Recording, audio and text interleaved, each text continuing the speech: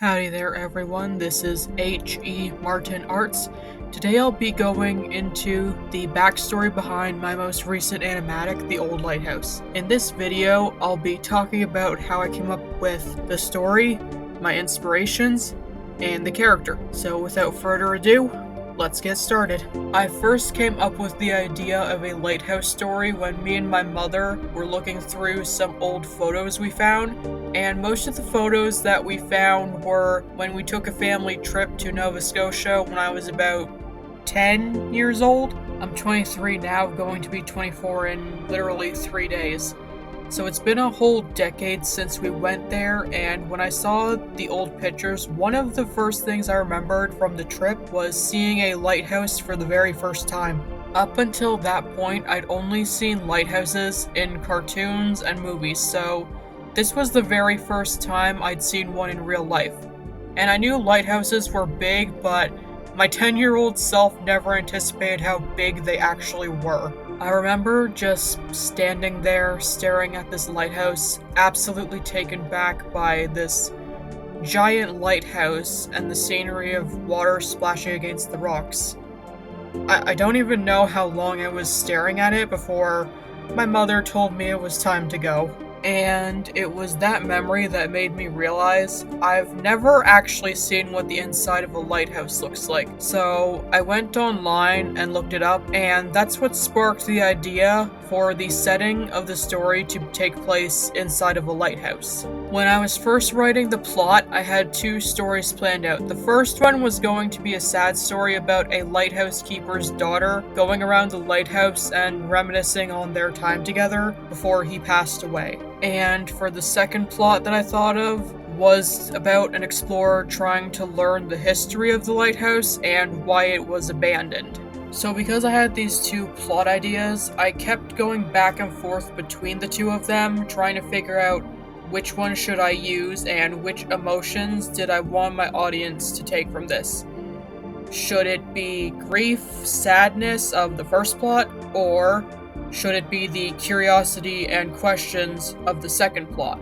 But then, one night, I was having a movie night by myself, and I decided to watch My Neighbor Totoro, and if you guys couldn't tell already, I'm a Studio Ghibli fan, and it definitely shows in some of my work, like A Day of Unicorn, the Azure Animatic, and this Animatic, and one of my future projects, the animated short Acorn, which will have very Ghibli-inspired backgrounds.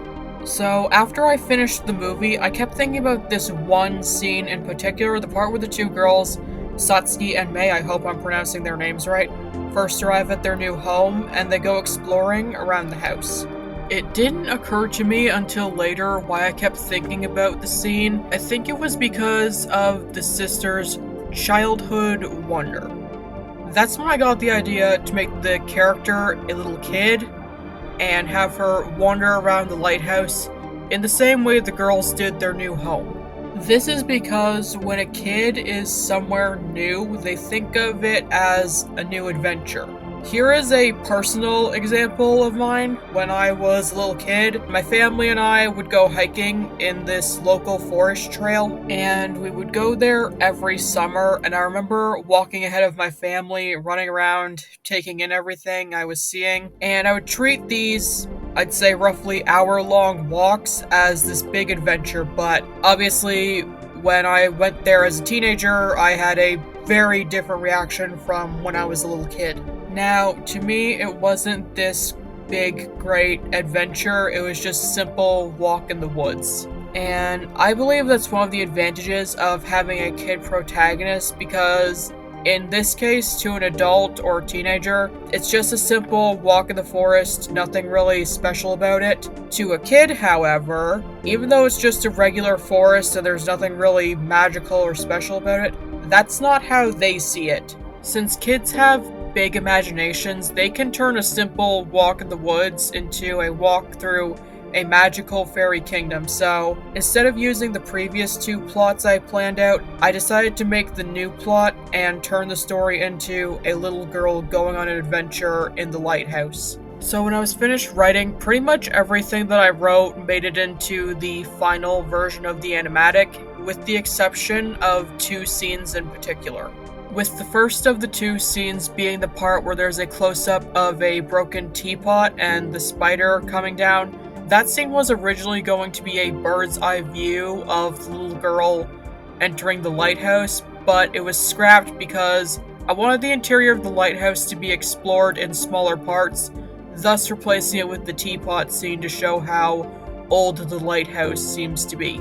Oh, and by the way, no, the little girl does not have a name. That's why I keep referring to her as the little girl. The second scene that got replaced, well, not replaced, but changed, was the scene where the little girl is going up the stairs.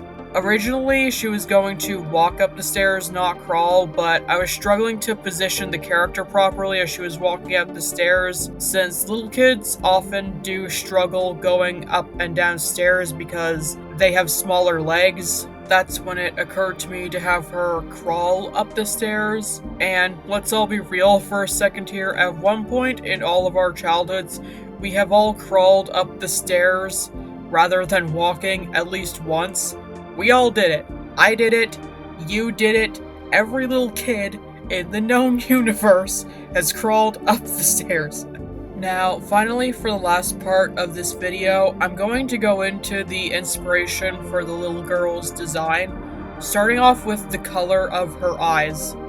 Much like with the Azure animatic, the only color is the character's eyes, because eyes are the gateway to the soul, so the character's personality is depicted through the color of their eyes. So for starters, no, I did not just make her eyes pink because stereotypically pink is associated with being a color for girls. There's actually two reasons why I made her eyes the color pink.